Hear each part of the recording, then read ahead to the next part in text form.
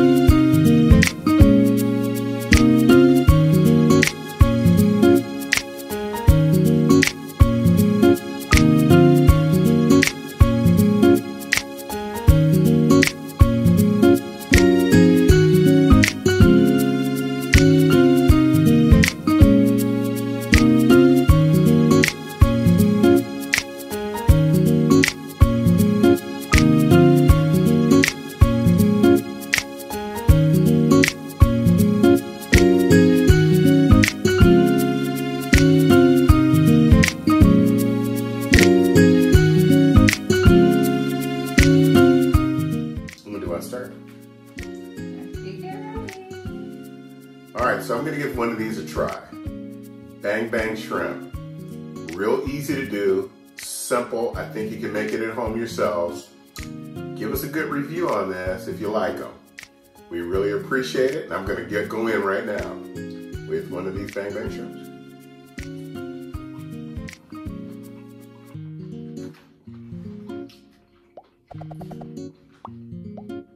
Just like the restaurant. Very good. Enjoy. Thank you.